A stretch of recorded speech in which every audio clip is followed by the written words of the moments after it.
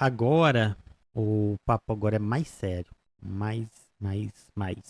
O imperialismo agora tá em declínio. E o nosso camarada Humberto tem um papo reto pra mandar pra nós. Você vai ver agora. O que está acontecendo na economia dos Estados Unidos, gente, apenas mostra para gente que a crise de realização do capitalismo é a mais grave da história. Porque nos outros momentos históricos, quando faltava realização, vinha o Federal Reserve e os demais bancos centrais alimentavam o sistema, tá, com dívida pública para salvar o sistema. Só que isso vem sendo feito desde 2008, que foi quando esse capitalismo de agora quebrou. E aí o mundo passou a operar com juro negativo e alavancagem do Banco Central com ampliação de base monetária.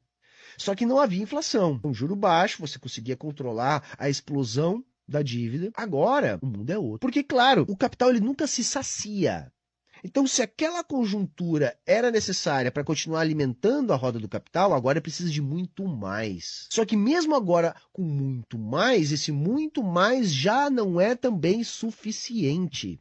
Então, mais uma vez, o capitalismo está formatando conflitos imperialistas de grandes proporções. Por quê? Porque os conflitos imperialistas regionais, que nunca deixaram de existir, porque já são parte da conta da realização do capital, então eles têm que ter esse gasto militar aí, já não estão dando conta. É necessário haver a universalização desses conflitos regionais, para que possa haver o excedente de demanda a fim de resolver o problema de realização do capital. O declínio das forças imperialistas voltadas para o comércio bélico necessitam agora de, de uma demanda muito maior.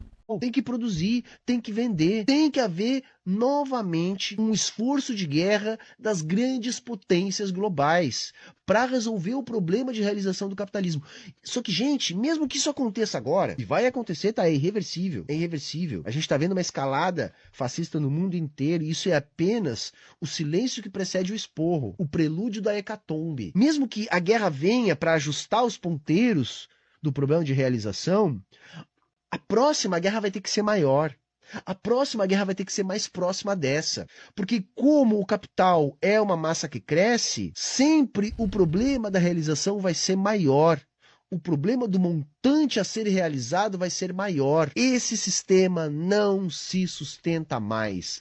E para ele, Humberto Arauto do Apocalipse. Quase isso. Mas aqui, cara, não tem como negar o que tá acontecendo. A gente tá vendo aí pulando de uma guerra para outra e agora tem mais guerras surgindo ao mesmo tempo. E não tem como se negar também a necessidade aliás, a necessidade de ter mais guerra por conta do declínio dos Estados Unidos, né? O declínio dos Estados Unidos tá dado já tá dado. Quando eu falo declínio, gente, não quer dizer que ele esteja pobre e nem que ele esteja em déficit, esteja operando em prejuízo, nada disso. Ele está ganhando menos com o tempo. Ele lucrou menos, isso. Com ele lucrando menos, a China alcançou ele. E para ele se manter no patamar de imperialista, ele tem que se manter na frente. Daí, estratégias como essa de fazer com que existam mais guerras para poder lucrar mais com as guerras é o que vai acontecer daqui para frente. Vamos lá. Não tem planeta que aguente, não tem clima que aguente. Não tem tecido social que aguente. O que está acontecendo em Gaza, essa barbárie sem precedentes, ou com poucos precedentes, para ser mais justo aqui, vai ser cada vez mais corriqueira. E agora eles estão testando a gente. Na era da internet, na era onde todo mundo tem um celular, é um cinegrafista. Como fazer esse tipo de política de extermínio e ainda assim controlar a opinião pública através da ideologia. Está sendo testado. É um balão de ensaio para aquilo que daqui para frente necessariamente deve vir. E vocês lembram o caso aqui do bolsonarismo? O bolsonarismo, ele é uma prova muito viva disso que ele está falando, por conta do sentimento de seita, de alienação que existe dentro do povo bolsonarista. Se você for conversar com alguém que é imerso nessas redes bolsonaristas, você vai perceber que não há argumentos contra eles, não porque os argumentos não derrubem a opinião deles, é é porque eles desconsideram os seus argumentos. Eles julgam mentira tudo o que você for falar. É tudo. Não é uma coisa ou outra. Isso tem uma razão de existir e a função disso são os grupos internos de redes sociais do Bolsonaro e do bolsonarismo de maneira geral. Dentro desses grupos é proibida a veiculação de qualquer notícia que não seja dos meios de comunicação permitidos por eles. E olha só, dentro desses grupos, sequer as mídias hegemônicas, Estadão, Globo, enfim, Estado de São Paulo, as maiores mídias não podem ser veiculadas lá. E olha, essas mídias já são favoráveis ao bolsonarismo. Só que lá é permitido apenas o que é absolutamente voltado para o bolsonarismo e não só favorável, entende? Tem que ter um conluio com o bolsonarismo para a mídia ser permitida lá dentro desses grupos. Tem que ter uma parceria, entende? E pessoas que levam essas notícias das mídias hegemônicas para lá, elas são punidas. Elas tomam time out, que nem aqui na Kik ou na Twitch. E na reincidência elas são banidas dos grupos. Logo, todo o sentimento deles é de que só existe matérias e notícias a favor do bolsonarismo. Quando eles estão nesses ambientes, tudo que passa lá é coisa positiva para eles e negativa da gente. Então, quando você vai debater com uma pessoa que está imersa nesses grupos, essa pessoa vai simplesmente dizer que a mídia que você está mandando para ela como prova daquilo que você está falando é uma mídia mentirosa, é uma mídia que não tem crédito e vai simplesmente dizer que é mentira tudo que você for falar. Vai ignorar tudo que você for falar. Fake news, tá ok? Fake news, fake news. Vamos lá. Eu fico angustiado, eu não quero ser aqui o Cavaleiro do Apocalipse, gente. Cara. Mas eu não consigo. É que meio que ele já. Ele não quer ser. Ele não quer ser o Cavaleiro do Apocalipse, né? Mas eu acho que ele já tá sendo. Mais. Eu não consigo mais falar de outra maneira, porque eu não sei se isso vai demorar 2, 5 ou 10 anos, mas não vai passar disso. Então isso é semana que vem, isso é aqui na frente. E a gente tem que, num ato desesperado, meter a mão na massa para fazer alguma coisa, para evitar o quadro que está se avizinhando. Porque quando a besta fascista explodiu no século XX, ao menos tínhamos um campo socialista para se opor a isso. Porque a gente não pode esperar que os capitalistas vão fazer alguma coisa para controlar a besta fascista, sendo que são eles que criam essa besta. Hoje a gente não tem esse campo socialista. Hoje, o montante de capital para resolver o problema da realização é incomparavelmente maior. A necessidade de gasto militar hoje é incomparavelmente maior. O nível de alienação da sociedade é incomparavelmente maior. O nível de fragmentação da classe trabalhadora é incomparavelmente maior. O tempo praticado de anticomunismo para fazer com que a classe trabalhadora não consiga se organizar é infinitamente maior. A gente precisa de uma nova forma de dialogar. É aí que eu vou fazer minha inserção. Uma nova forma de dialogar. Eu vou deixar ele falar mais um pouco.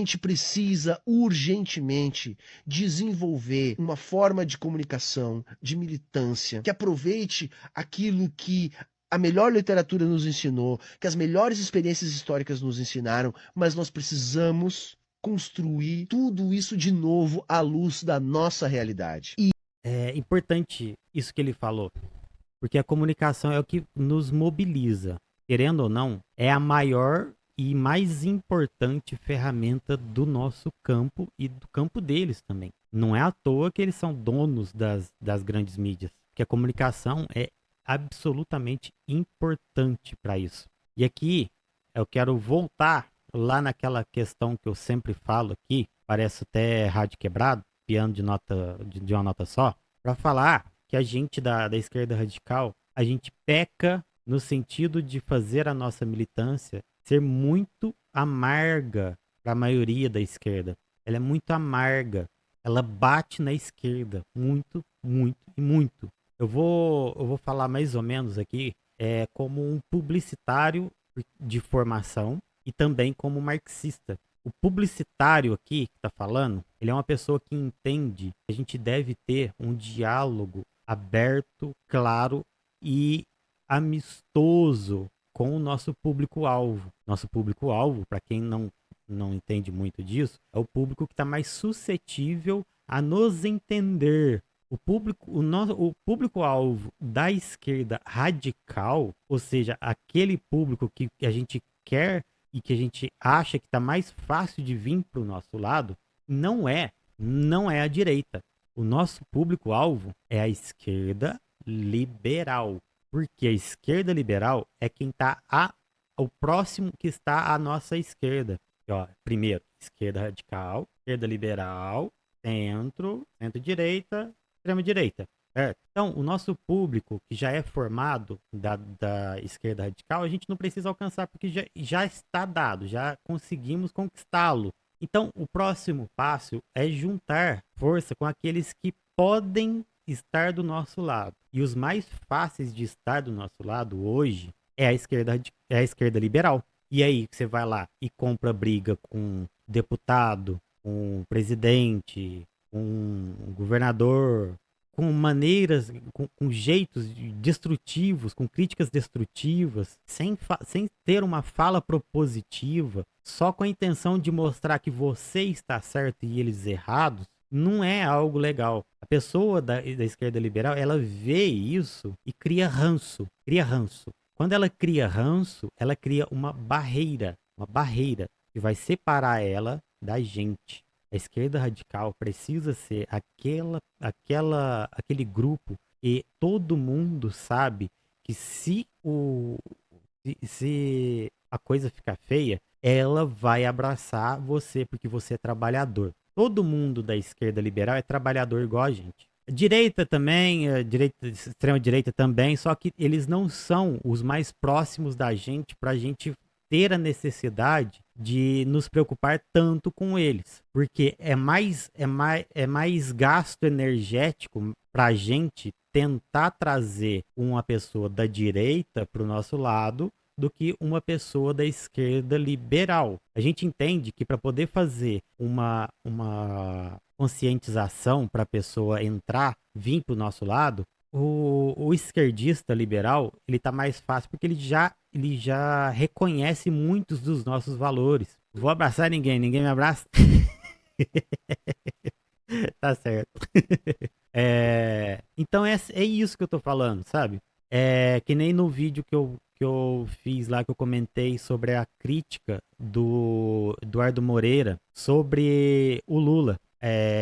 A crítica do Eduardo Moreira sobre o Lula veio no sentido propositivo e não no sentido de tacar pedras. Ele fez a crítica, não fugiu do dever de fazer a crítica, apontou o erro e ainda fez a proposição. Esse deve ser o papel da nossa esquerda radical.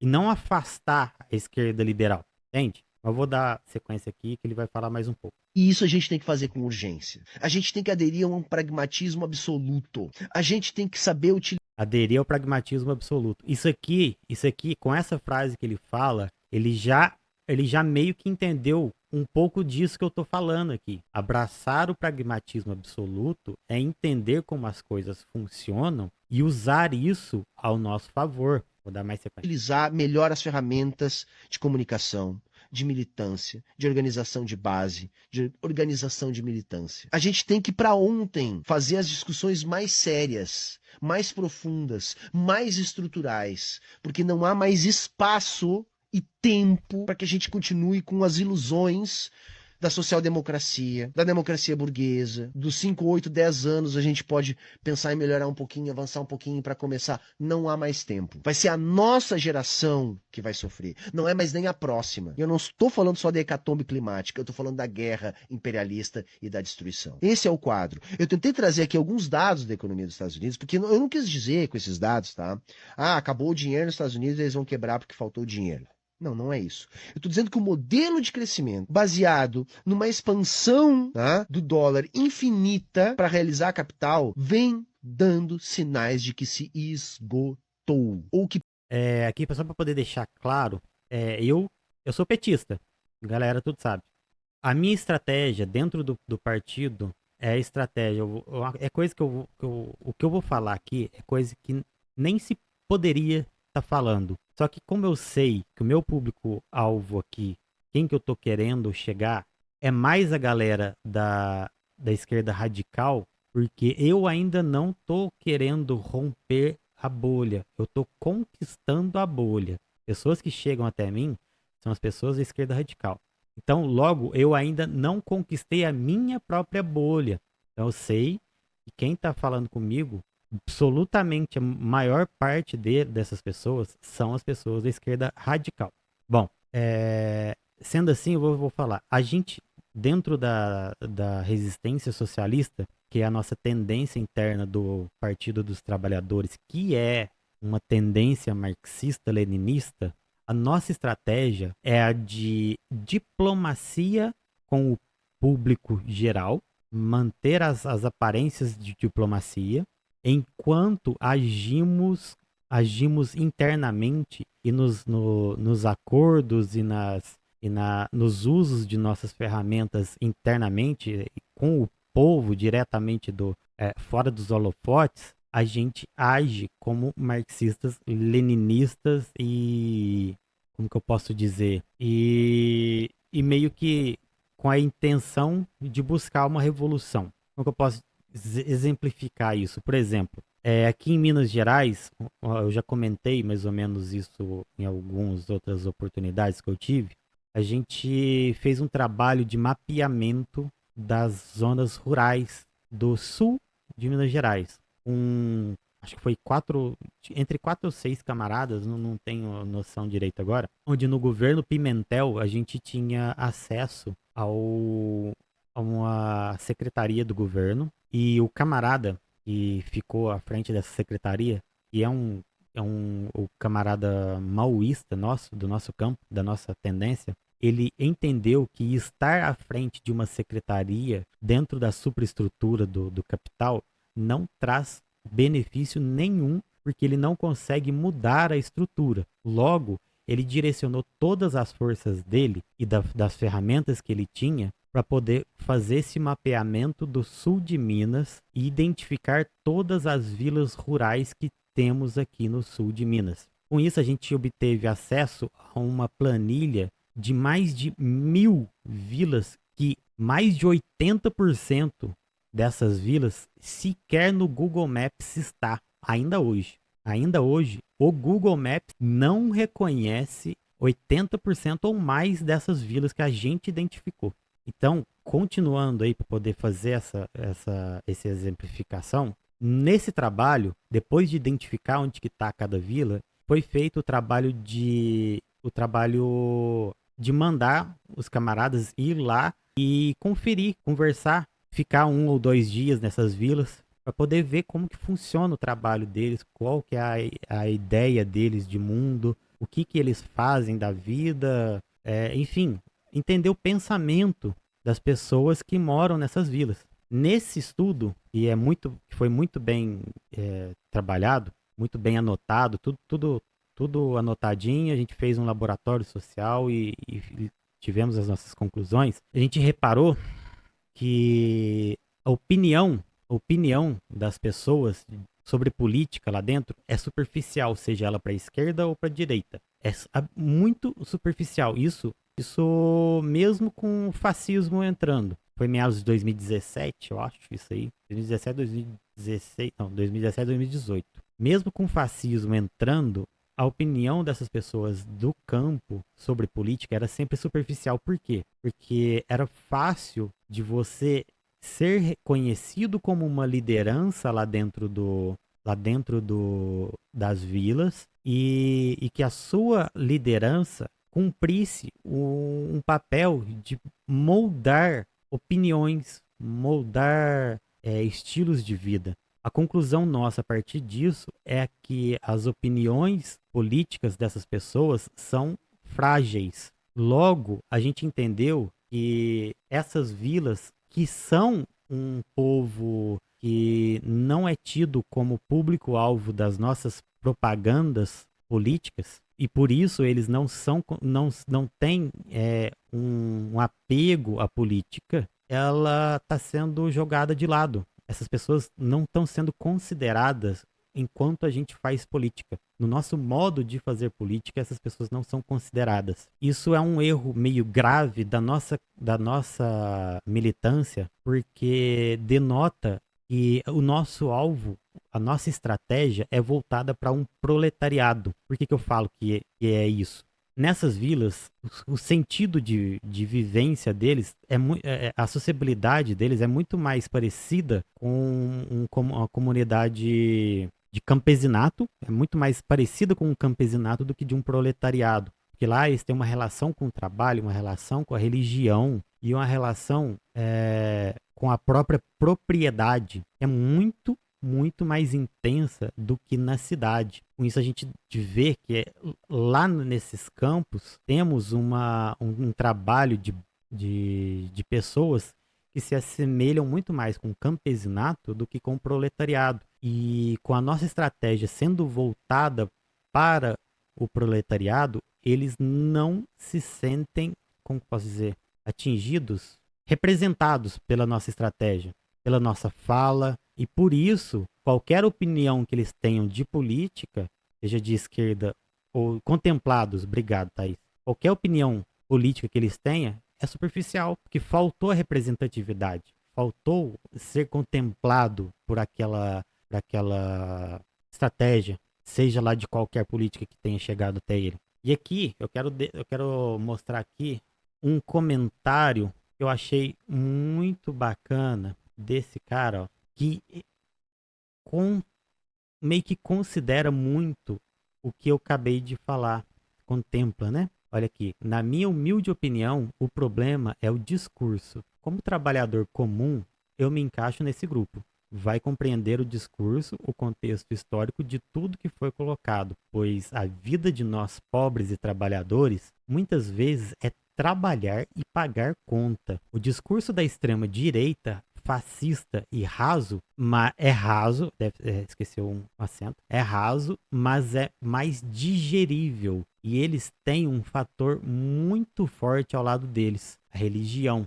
Lembra que eu falei que esse povo do campo tem uma relação com a religião muito forte? Por conta desse estado que eu julgo, que nós da resistência socialista julgamos ser um estado muito mais próximo do campesinato do que do proletariado.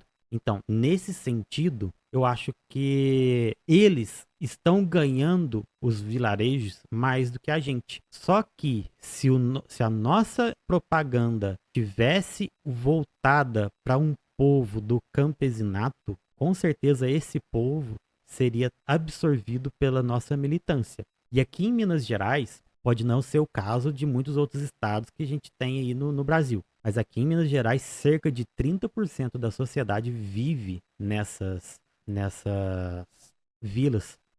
Cerca de 30% da população mineira mora em vilas rurais. E eu acho que essa questão que eu estou trazendo é muito importante, entende? As igrejas conferem a capilaridade, com certeza. Só que ainda assim, não é um discurso voltado para eles. Mas é importante a gente ter essa análise, sabe? Vamos voltar aqui.